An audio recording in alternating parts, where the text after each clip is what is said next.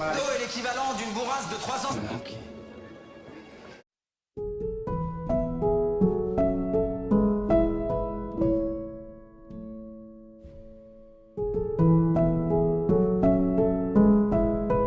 Film dimulai pada tahun 1886.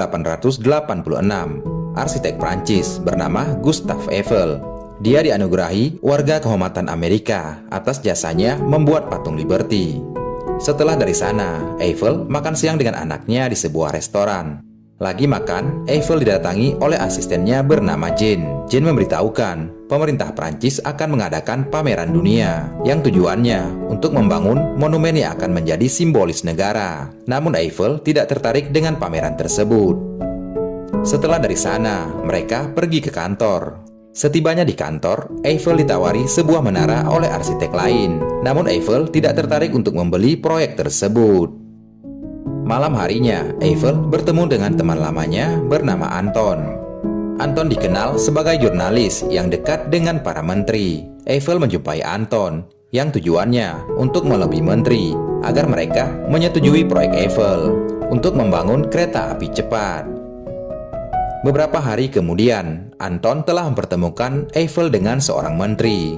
Tak disangka, pada acara tersebut, ia bertemu dengan istri Anton bernama Adrienne, dan ternyata keduanya saling mengenal karena dulunya mereka pernah pacaran. Pada saat jamuan makan malam, Eiffel mengutarakan niatnya untuk membuat jalur kereta api cepat. Sayangnya, Pak Menteri tidak setuju. Ia berharap Eiffel ikut pameran membuat monumen yang nantinya akan menjadi simbol negara. Mendengar perkataan menteri, seketika Eiffel berubah pikiran. Ia ingat dengan menara yang pernah ditawarkan kepadanya. Eiffel bilang ke mereka, ia akan membangun sebuah menara di kota Paris. Setelah dari sana, Eiffel mendesain ulang model menaranya. Mulai dari kaki sampai dengan tinggi. Yang awalnya, tinggi menara tersebut hanya 200 meter saja. Eiffel mendesain menjadi 300 meter. Setelah selesai, Eiffel mempresentasikan model menaranya di hadapan para anggota dewan. Di hadapan mereka, Eiffel menjamin ketahanan dan keamanan menara tersebut.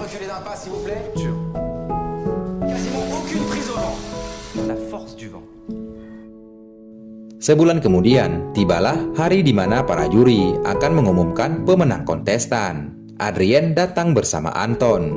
Di hari itu, menara buatan Eiffel keluar sebagai pemenangnya. Sementara Anton terlihat tidak senang melihat istrinya menggenggam tangan Eiffel.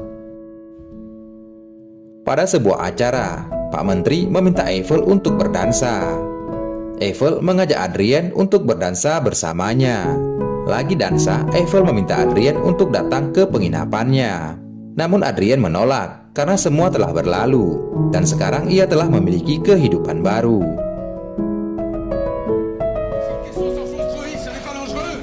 Pada saat pembangunan fondasi, Pak Menteri memberitahukan Eiffel, warga protes terkait keamanan menara.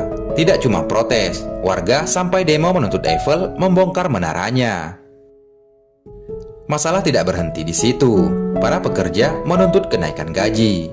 Mereka mengancam akan mogok kerja jika tuntutan mereka tidak dipenuhi. Beberapa hari kemudian, diam-diam Adrienne datang ke tempat Eiffel dan film flashback ke masa lalu.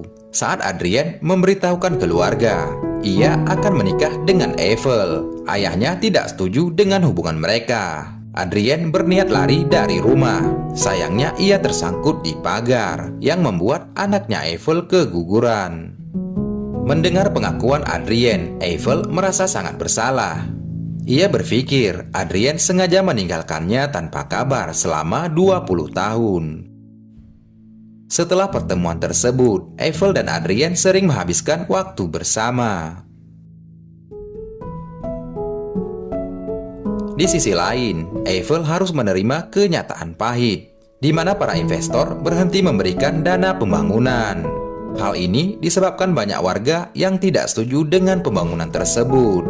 Tapi Eiffel bersumpah, ia akan tetap melanjutkan pembangunan, meskipun tanpa dukungan finansial mereka. Keesokan harinya, para pekerja demo menuntut kenaikan gaji. Mereka mengancam akan mogok kerja. Eiffel berjanji, ia akan menaikkan gaji mereka setelah lantai 1 selesai.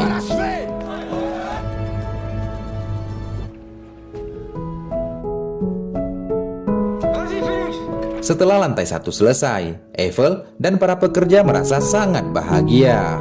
Begitu juga dengan Adrien. Diam-diam ia datang ke sana untuk menghabiskan waktu bersama Eiffel.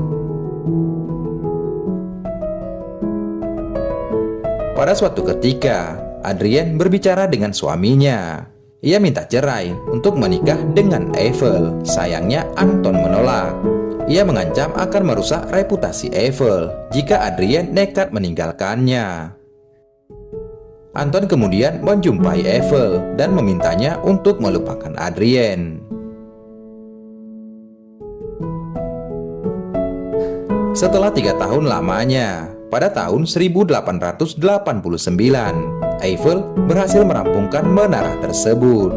Di hari peresmian, Adrien datang untuk melihat momen bersejarah tersebut.